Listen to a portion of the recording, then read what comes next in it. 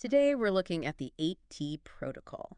Or as a lot of folks call it, AT Proto. Yeah, exactly. 8T proto. Basically, it's a new way to think about social networks. A whole new way. I did some reading on Wikipedia, watched a couple of explainer videos. There's some really good ones out there, by the way. Yeah. Some aimed at, like, developers and some that are more Yeah, for regular people, right. exact. I even found a research paper. Oh, wow. You did go deep. Had to for this one. This topic is pretty Complex. Yeah, definitely. It's really fascinating, though, because it comes at a time when, well, People are getting fed up with the big social media companies. yeah, exactly. Like all the algorithms and stuff, feeling like your data is just locked away. AT Proto is trying to fix that. Okay, so let's start with the basics. What is AT proto? It's a protocol. Okay, so I know our listeners have heard that word before. But what does it even mean? Yeah. Like, I get that it's important, but It's like the foundation for building something. okay, like a blueprint. Yeah, think of email. You've got Gmail and Yahoo and Outlook, All different companies, yeah. but they can all talk to each other. Because they follow the same rules. Exactly. Right. The email protocol. AT Proto wants to do that for social networks. Exactly. So instead of everyone being on one platform You can move your profile and data around. between different companies, Yeah, seamlessly. that's a huge change. It is. It really changes how you think about the whole thing. Imagine if you had your own website, Like a personal website. but instead of just like blog posts or whatever, It holds all your social media data. posts, connections, the whole thing. Wow. That's what a PDS is in AT Proto. PDS. A personal data repository. Okay, so it's like owning a little piece of the social internet. And you decide who has access. So if a company starts doing stuff you don't like, You just leave. Take your data with you. without losing everything, Yep. No more platform suddenly changing its rules on you. You decide. that's a lot of power. It is. It puts the control back where it should be with the users. One word that kept popping up in the research was decentralization. That's the core of it. Can we break that down a bit? What does that mean practically? Think of it like this. Most social networks today, they're like a big skyscraper. Okay. One company owns and controls everything. If there's a problem, The whole thing can go down. like when servers crash Or a company makes a decision that users hate. we've seen that happen a lot lately. Exactly. Decentralization is more like a city. Lots of different buildings. With different functions. But all connected by a shared infrastructure. If one building has an issue. The rest of the city keeps running. Exactly. So if one AT Proto provider has a problem, the whole network stays up. Exactly. What about censorship? Much harder to do. No single entity can just shut down the flow of information. Some people argue it's more democratic that way. Okay, I can see that. But Yeah. what about moderation then? You know, like dealing with bad stuff. That's where it gets really interesting. AT Proto uses these things called labelers. I saw that in one of the videos. They're basically like sets of rules for filtering content. But here's the thing. Users get to choose which ones they want to follow. So it's like picking your own filter for the internet. Yeah, you got it. So instead of one platform deciding what's okay for everyone, Each person can tailor their own experience. that's the idea. That's pretty radical. It is. And it definitely raises some questions like, how do you prevent abuse? How do you make sure it all works smoothly? Those are all things the AT Proto folks are still figuring out. Our sources kept mentioning Blue Sky. It seems like that's the most well-known example of AT Proto in action. It is. Think of it like Twitter. But decentralized. Yeah. And with all those benefits of data ownership we talked about. So is Blue Sky the future of social media then? It's more like a first step, a proof of concept. Oh. Shows what's possible. There are other AT Proto apps out there too, like White Wind, Smoke Signal. But Blue Sky is the biggest one so far. Yeah, I think that's fair to say. And it's already doing some pretty amazing stuff. One of the articles mentioned that they managed to run millions of users on a really small server setup. Really? Millions. Yeah. That efficiency is a big part of why people are excited about AT Proto. Makes sense. Smaller servers mean less cost, right? Exactly. Plus, they're doing some interesting things with algorithms. Like, Blue Sky actually lets you choose your feed algorithm. You mean how you see posts? Yeah. You get to control what you see, which almost never happens on regular social media. That's interesting. But doesn't that risk creating echo chambers? You know, where everyone just sees what they already agree with? It's a valid concern. But one of the cool things about AT Proto is it makes it easy to move your data between different providers. So if you feel like you're stuck in an echo chamber, You can just pick up and move. Take your whole profile somewhere else. kind of like voting with your feet, but online. Exactly. If you don't like what one provider is doing, you take your business elsewhere, Okay, so we've talked about PDSs, personal data repositories. where all your data lives. Right. But help me understand, how does that actually work in practice? Like, do I need to be a programmer to use AT Proto? Not at all. Real. Think of it like how you store photos in the cloud now. You don't need to know how Dropbox's servers work to upload a picture, right? That's true. So I could use an AT Proto app without having to mess with all the technical stuff. Exactly. And to make it all work, they use this thing called a decentralized identifier, or DID. It's like a unique address. For you on the network. Yeah. But it's not tied to any specific company. So even if a company shuts down, Your DD stays with you. that's really smart. But DIDs, those sound kind of complicated. Yeah, they can be. So to make it easier, they've linked DIDs to handles, like domain names. Wait, so my AT Proto handle could be like myname.com, the website I already own? Exactly. That's clever. No more fighting over usernames. And if a platform goes down, you don't lose your identity. Your DID and your handle, they follow you wherever you go on AT Proto. Okay, let me see if I've got this straight. I have my PDS, which holds all my data. Right. I have a DID, which is like my unique ID. Yep. And I have a handle, which is like a domain name that's linked to my DID. You got it. And all of this means I can move between different AT Proto providers whenever I want. Without losing anything. This is seriously blowing my mind. This isn't just about social media. It's like rethinking how the whole internet works. Making it more about people and less about big companies. Exactly. Giving people more control, more ownership. This is a lot to take in, and I have a feeling we've just scratched the surface. Oh, yeah. There's a lot more to talk about. But for now, I think we need to take a quick break. Sounds good. We'll be back in a bit to dive even deeper into AT Proto. We still need to talk about how developers are actually building on this stuff, what challenges they're facing. And what it all means for the future of the internet. Absolutely. Don't go anywhere. See you soon. See you guys. Okay, we're back. I don't know about you, but My brain is still trying to process all that. DIDs and PDSs. Decentralization, data ownership. It's a lot, but super interesting. Definitely. One thing I keep thinking about is, Lexicons. yeah, we talked about them briefly before the break, but They're important, that's for sure. can we go a bit deeper? Like, how do they actually work? Okay, so think of lexicons like dictionaries, but for AT Proto. Dictionaries. Yeah, they define what things mean and how they're structured. Yeah. Like, let's say you're building an app for events. Okay, like concerts or meetups. Exactly.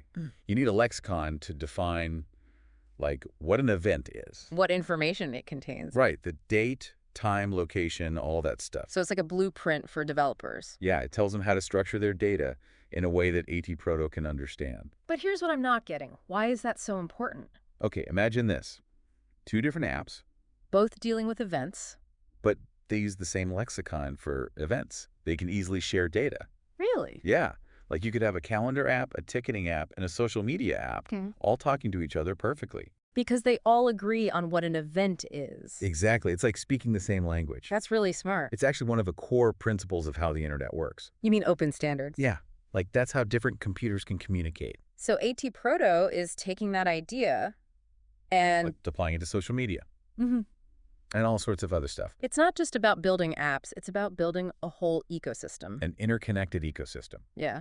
And that has huge implications, even for things like... Moderation. Exactly. That's something people always worry about with decentralized systems. Yeah, our listeners have been asking about that too. Like, who's going to stop all the bad stuff? It's a valid concern, Mhm. and there's no easy answer. But remember those labelers we talked about earlier? The custom filters. Yeah, they're a big part of it. Remind me how those work again. Anyone can create a labeler, which is basically a set of rules for what to show and what to hide. So I could make a labeler that blocks anything about, I don't know, Politics. or sports or whatever I don't want to see. Exactly. Or maybe you want one that highlights posts from certain people. Or sources you trust. Right, it gives users a lot of control. But who decides if a labeler is good? Couldn't someone create one that's, like, spreading misinformation? That's where the community comes in. You mean other users? Yeah, the labelers themselves are open source. So people can look at the code. See what they actually do. Plus, the AT Proto folks are working on reputation systems. So if a labeler is consistently bad, It'll get a bad reputation and people won't use it. it's like the wisdom of the crowd, kind of. Exactly. It's a lot more transparent than those secret algorithms that most social media companies use. This is all so different from how we think about social media now. It's not just about, Picking an app you like. it's like a whole new philosophy. It's about shifting power back to the users. I saw a phrase in one of the articles, AT Proto as a digital commons. Ooh, that's a good one. Can you explain what that means? Think of a public park. Okay. Everyone owns it, everyone can use it, but there are rules. To make sure everyone can enjoy it. Exactly. The digital commons is that idea, but online. Instead of walled gardens controlled by companies, we have these open spaces where everyone can connect and create. And AT Proto gives us the tools to build that. It's a pretty amazing vision, but also kind of daunting. How so? Well, building a digital commons like that, it seems really hard. Oh, it definitely is. It's not going to be easy. What are some of the biggest challenges, do you think? Well, for one thing, most people don't even know AT Proto exists, It's kind of like people need to know about it to use it. but it needs users to become well known. A bit of a chicken and egg problem. Yeah, exactly. And then there's the user experience. Decentralized systems can be a bit, Clunky. yeah, at least at first. It requires a different way of thinking about things. Like online identity or... How you manage your data. It's like learning a whole new language. It takes time and effort, but it's worth it in the long run. So we've talked a lot about social networks, but the research also mentioned other cool stuff being built on AT Proto. Oh yeah, it's not just about social media. Like what? Decentralized marketplaces are a big one. What's that? Like Imagine Etsy, but without Etsy. So creators have more control. Exactly. And they get to keep more of the profits. What about buyers? They get to connect directly with the sellers. No middleman. Because of the open standards? Exactly. It could create a whole new economy, Hmm. a decentralized one. Wow. What else? Education is another area where AT Proto could be huge. How so?